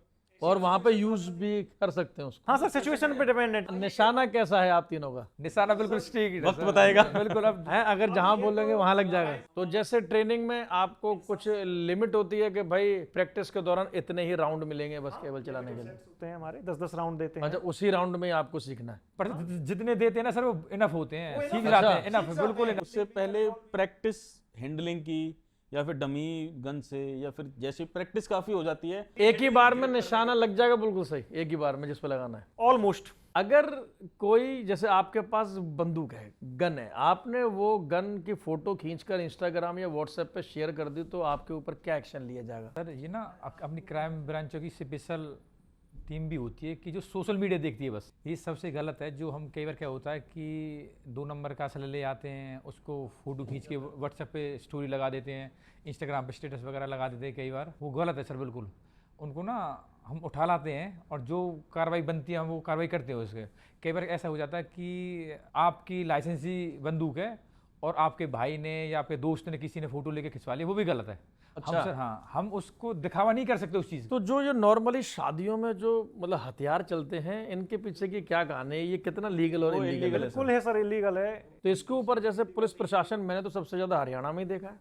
अब नहीं है सर। काफी हद तक चीजें हैं, सुधर रही हैं, प्रशासन सख्त हो रहा है, कानून सख्त हो रहा है। मतलब अगर हम चाहें तो अगर शादियों में कोई यूज कर रहा है तो हम उसके ऊपर केस, बिल्कुल सर, FIR दर्ज होती है, अरेस्टिंग होती है। चाहे बेशक उसका लाइसेंस हो आपके पास। बिल्कुल लाइसेंस भी हो, लाइसेंस की तो भी टर्म्स एंड उसको कंडीशंस आप- होती हैं, अगर आप पढ़ेंगे तो लाइसेंस की आप सिर्फ सेल्फ डिफेंस में यूज कर सकते हैं, बहुत स्पेसिफिक कंडीशन में यूज कर सकते हैं। ऐसे नहीं कि आप शो ऑफ के लिए आप किसी थर्ड पर्सन को नहीं दे सकते। अगर मुझे अपने लिए लाइसेंस बंदूक की आवश्यकता हो तो मैं कैसे ले सकता हूँ सरकार से? सर इसमें क्या है कि ना, आप लाइसेंस के लिए पहले तो ना CSC सेंटर से अप्लाई करवा दोगे, उसमें फिर ना एक ट्रेनिंग होती है, वो ट्रेनिंग करनी पड़ती है, और ये ना अपने DC से, अपने CP साहब से परमिशन लेनी पड़ती है, तब वो बनता है। तो जैसे मुझे भी कुछ रीजन बताने पड़ेंगे कि मुझे बंदूक क्यों चाहिए, या फिर मैं ऐसे बोल दूंगा कि बस केवल मेरे को तो अपना ऑरा सेट करने के लिए नहीं चाहिए नहीं या नहीं, माहौल ऐसे सेट नहीं करने मिलती, ऐसे नहीं मिलती। आपका रीजन बताओगे आप, उसके बाद फिर उसमें ऑफिसर देखेंगे कि वो रीजन वैलिड है या नहीं है। क्रॉस चेक करेंगे, वेरीफाई करेंगे इस चीज को। लोग आजकल असले का यूज बहुत ज़्यादा कर लेते हैं, और इसका लीगल तरीके से यूज कम, इलीगल ज़्यादा कर लेते हैं। तो इसलिए इसमें गवर्नमेंट ने बहुत सख्त नियम है कि हर किसी को नहीं देते हैं, बट अगर किसी को सच में उसकी ज़रूरत है, नीड है, तो उसको मिलता भी है। चलिए, तो मैं अब आपसे रैपिड फायर राउंड में चलते हैं थोड़ा, ताकि देखते हैं आप लोगों की रीजनिंग अभी उतनी अच्छी है या नहीं, जीएस उतनी अच्छी है या नहीं। तुरंत आंसर देना होगा बिना सोचे, जिससे पूछूंगा वही आंसर देगा। सबसे पहले हम ऐसे हैंडसम बॉय के साथ शुरुआत करेंगे, अपने नीरज के साथ। कभी अपने मतलब वेपन बंदूक का इस्तेमाल किसी को खौफ के लिए करा है, खौफ दिखाने के लिए? नहीं सर, बिल्कुल भी नहीं, ये कभी नहीं करा? कभी नहीं। वेंकी जी, आप बताइए कि लाइसेंस ही जो है बंदूक जो होती है, उसको अगर आपको एक डेफिनेशन में डिफाइन करना हो तो आप कैसे करेंगे? बिल्कुल अपने पास रखें, किसी को ना दें। आप बताइए करमवीर जी, पुलिस का मतलब पावर या प्रेशर या पैसा? सर इसकी मतलब है जिम्मेदारी, क्योंकि पुलिस पावर तो देती है लेकिन उसके साथ साथ जिम्मेदारी भी देती है। आप बताइए, क्राइम ब्रांच में आने के बाद समाज में कितना सम्मान आपको पड़ता है? सर ये तो बड़ा ज़बरदस्त है, मैं कहता हूँ कि एक अलग ही वैल्यू है। गांव में मैं जिनको मैं डायरेक्टली नहीं जानता, वो मुझे जानते हैं, सिर्फ अच्छा। इस पोजीशन की वजह से। आप बताइए कि यूथ के लिए कोई एडवाइस, जो अब नए स्टूडेंट जो आ रहे हैं, मतलब नई जनरेशन जो तैयारी कर रही है, उनको लिए आप क्या बोलना चाहेंगे? 2 शब्द। नई जनरेशन के लिए मैं एक ही चीज़ कहूँगा कि एक चीज़ से डिस्ट्रैक्ट नहीं होना आपको, जो आज के टाइम में चल रही है कि मेरे साथ वाले को देख के, कि हो सकता है आपके साथ वाले की कंडीशन बेटर हो, वो फादर की इनकम पे, फैमिली इनकम पे एंजॉय कर रहा हो, चाहे वो किसी भी सोर्स से कर रहा हो। आपको लगेगा कि मैं भी इस उम्र में इन्जॉय करूँ, इसके साथ मज़े करूँ, कि ये लाइफ है, ये टाइम है, बट वो ऐसा नहीं है। आप अगर उस टाइम पे एंजॉय करने में लग जाओगे तो आपको हो सकता है पूरी लाइफ मेहनत बहुत ज़्यादा करनी पड़ जाए, आपको कह सकते हैं कि गधों की तरह मेहनत करनी पड़ जाए। लेकिन अगर आप इस टाइम पे मेहनत कर लोगे, 2 साल 3 साल मेहनत कर लोगे, तो आप इजीली पूरी लाइफ आप आसानी से जी सकते हो, और एक सिक्योर लाइफ जी सकते हो, बहुत ही अच्छी। चलिए, जब मजे की बात आई तो मैं नीरज से पूछना चाहूँगा कि मतलब तैयारी के वक्त महिला मित्र को कैसे हैंडल किया जाए? सर नहीं, मैं ये कहूँगा कि पढ़ाई के वक्त कोई डिस्ट्रैक्शन आपकी लाइफ में नहीं होना चाहिए, 1%। वेंकी बहुत शांत है। वेंकी, कोई महिला मित्र जो मतलब नौकरी से पहले आपकी हो, गर्लफ्रेंड आपकी रही हो? हैं? थी सर, थी। थी। पर सर मैंने शादी करी उससे। शादी कर ली। आप ये बोलना चाहेंगे कि मतलब उसका योगदान रहा आपका सर selection बहुत में? रहा, बहुत रहा। देखिए, यही बात है कि ये सब अफवाहें हैं। अगर आपकी ज़िंदगी में लड़की हो या लड़का हो सही है, तो वो आपके लक्ष्य के लिए ही आपको इंस्पायर करेंगे। अगर आपका जीवन साथी, चाहे वो शादी से पहले हो, शादी के बाद हो, अगर आपको अच्छे काम के लिए इंस्पायर नहीं कर रहा है तो वो आपका जीवन साथी नहीं है। ठीक है करमवीर, आपकी भी कुछ पर्सनल लाइफ रही हो नौकरी से पहले? नहीं सर, नौकरी से पहले नहीं थी। अच्छा, सीधे शादी मतलब कि आपने सीधे नौकरी, नौकरी के बाद शादी। हाँ सर। लेकिन कोई लड़की पसंद तो आई होगी, ऐसा तो नहीं हो सकता यार? एकेडमी में तो आते थे, कई बच्चियों के साथ उठते बैठते थे, मैं भी इस बात को देखता था। हाँ, कई बार एक करिश्मा कपूर की तारीफ करता है। वैसे और कुछ करिश्मा नहीं। कपूर। चलिए, तब तो मैं समझ गया कि बेचारा राम के जमाने का स्टूडेंट है ये, आजकल रणबीर कपूर के जमाने में, है ना? अच्छा, आप बताइए रैपिड फायर में इसी में कि अगर पुलिस नहीं होती तो फिर क्या होता? सर इसकी इतनी वैल्यू समझ लीजिए कि जैसे बाहरी दुश्मन फौज आर्मी हमारी खड़ी है बॉर्डर पे, वैसे ही इंटरनल पुलिस खड़ी है। आप 1 सेकंड के लिए भी इसे ड्रॉप नहीं कर सकते। आप सोचो 1 सेकंड के लिए कोई ऐसी अनाउंसमेंट हो जाए कि 10 मिनट के लिए आप कुछ भी करो, पुलिस कुछ नहीं करेगी। 10 मिनट तो बहुत बड़ी बात है सर। 5 सेकंड के अंदर इतने कत्लेआम, इतने क्राइम, पता नहीं क्या क्या हो सकता है।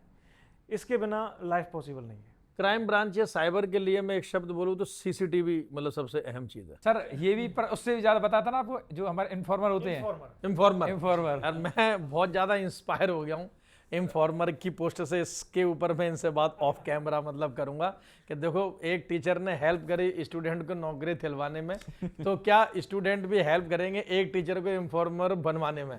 ठीक है, तो ऐसा कोई पोस्ट नहीं है, आप ये है कि आपको मदद करनी है, और एक्चुअली ये मदद आप समाज के लिए कर रहे हैं। ये फ्री ऑफ कॉस्ट होती है, बिल्कुल फ्री ऑफ अरे कॉस्ट है। तब तो ये हम जैसों के लिए बहुत अच्छी है, क्योंकि हम तो वैसे भी हैं टीचर और बहुत सारे काम हम समाज के लिए करते हैं।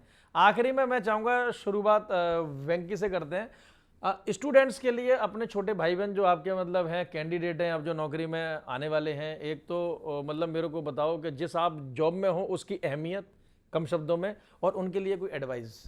भाई जो भी पढ़ाई कर रहा है बस पढ़ाई को ना छोड़े।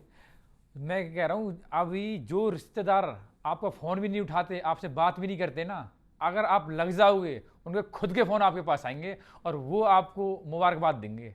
पढ़ाई नहीं छोड़नी है, बस पढ़ाई की कंटिन्यूटी बिल्कुल रखनी है, और पढ़ो जितना पढ़ सको। ये बहुत अच्छी गोल्डन अपॉर्चुनिटी है आपके पास कि आप का टाइम है पढ़ने का। अगर ये टाइम निकल गया ना, फिर कहानी खत्म हो जाएगी। आप करमवीर जी कुछ एडवाइस देना चाहें? बिल्कुल सर, इसमें ये जो फेज होता है पढ़ाई का, वो गोल्डन फेज होता है। अगर इस समय में आप पढ़ लिए तो आगे सब कुछ कर सकते हो। और मैं ये चीज़ कहूँगा कि डीमोटिवेट नहीं होना है, सिर्फ कंटिन्यू रखना है। अगर आप कंटिन्यू रखोगे तो एक दिन सेलेक्ट ज़रूर हो जाओगे। अगर कंटिन्यूएशन रखोगे तो 100% सफलता आपके पास आएगी ही आएगी, अपने आप आएगी। और कहते हैं ना कि एक बार एग्जाम निकलना शुरू हो जाए तो फिर बहुत सारे एग्जाम निकलते हैं। वो रीज़न यही है कि अगर आप कंटिन्यू हो तो, और एक बार आप उस पीक पे पहुंच गए तो उसके बाद आप जहां हाथ रखोगे, जिस एग्जाम पे हाथ रखोगे, वो एग्जाम और वो पोस्ट आपकी है। जो बहुत अच्छी बात बोली। नीरज जी आपके लिए कुछ? हो सकता है सर, जब हम तैयारी करते हैं, मॉक वगैरह लगाते हैं, मार्क्स अच्छे नहीं आते, हम डीमोटिवेट होते हैं, अच्छे मार्क्स नहीं बन पा रहे हैं, उस हिसाब से हम तैयारी कर रहे हैं लेकिन मार्क्स नहीं बन पा रहे हैं। बच्चा डीमोटिवेट वहीं होता है सबसे ज़्यादा कि अब मैं क्या करूँ। अब उस वक्त में आपको सिर्फ एक चीज़ है कि आप प्लीज़ सारी चीज़ों को छोड़ के सिर्फ कंटिन्यूटी, जो चल रहा है कंटिन्यूटी रखो। आपको बुक्स नहीं छोड़नी है, 1% भी डिस्ट्रैक्ट नहीं होना है, किसी दूसरे को देख के ये नहीं करना कि ये मजे ले रहा है या कुछ भी नहीं, सिर्फ कंटिन्यूटी। आपको एक ही मात्र है, बार बार मैं एक वर्ड बोल रहा हूँ सभी के लिए, मेरे छोटे भाई बहन जो भी देख रहे हैं, कि सिर्फ कंटिन्यू रहना है। मैं कह रहा हूँ आप 100% आप सिलेक्शन लोगे। मैंने 6-7 टेस्ट दिए, नहीं क्लियर हुए, एक नंबर से रहा हूँ सर। सब इंस्पेक्टर में बहुत टच करके हम रह गए, इवन हम सारे ही हमने किया था ट्राई। लेकिन सिर्फ यही है कि आप लगे रहोगे तो एक ना एक दिन हमारी जगह यहाँ बैठ के आप ऐसे एक पॉडकास्ट में बैठे होंगे जरूर। बहुत अच्छी बात बोली देखो नीरज ने, और काफ़ी अच्छी बात रही। इससे बड़ी इंस्पिरेशन क्या हो सकती है कि जो बालक पहले क्लासरूम में सामने बैठते थे आज वो आपके साथ बैठे हुए हैं। तो इससे बड़ा आपके लिए मोटिवेशन, इंस्पिरेशन नहीं हो सकता है। ठीक है, इसीलिए हमारी बातों को, इनकी बातों को अपने जीवन में उतारो। चलिए, तो आशा है, उम्मीद है ये पॉडकास्ट आपको बहुत अच्छा लगा होगा मेरे इन 3 इडियट्स के साथ, जो कि अब हो चुके हैं 3 पावरफुल रेंजर्स। ठीक है, जो आप जहां जाएंगे वहां मोटिवेशन का काम करते हैं। ठीक है, मैं जो इन सभी को समझाता हूं, जो अपने स्टूडेंट्स को बताता हूं, वही मैं आपको मतलब कहना चाहूँगा कि अपने जीवन में अगर कुछ टारगेट अचीव कर रहे हो तो कोई ऑप्शन मत रखना, कभी कभी विकल्प मत रखना। कभी ये मत सोचना कि ये नहीं तो ये सही, ये नहीं तो ये सही। इसी के ऊपर एक लाइन है कि जो बीच में टूट जाए वो संकल्प नहीं होता, जो बीच में टूट जाए वो संकल्प नहीं होता। और हार को अपने आप से दूर रखो, जीत का कोई विकल्प नहीं होता। वो जो हार का जो थॉट है अपने मन में लेकर नहीं आना है, हमेशा ये सोचना है कि होगा होगा होगा। और जब भी कभी ऐसा लगे कि आपको लग रहा है कि पता नहीं क्या होगा, तब हम जैसे टीचर से आगे मिलो, हम आपके अंदर वो चिंगारी देंगे कि वाकई में आपको ये महसूस होगा कि वाकई में आपका होगा। आशा है, उम्मीद है कि एक ना एक दिन कभी आप लोगों के साथ भी यहाँ बैठने का मौका मिलेगा और आपके एक्सपीरियंसेस नई जनरेशन, नई पीढ़ियों तक पहुँचाने का मौका मिलेगा। अगर कोई भी ऐसा बालक जो लोकली हरियाणा, पलवल, फरीदाबाद के आसपास से है, तो ये मेरे कैंडिडेट, ये स्टूडेंट भी वहीं से हैं।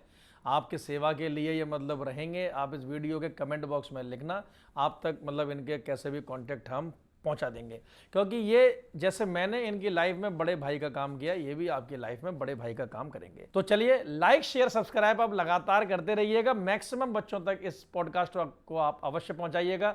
इसमें हम लोगों ने कोशिश करी पूरा इनका जॉब प्रोफाइल, देख रहे हो कितना स्पार्क होता है, कितनी चिंगारी होती है।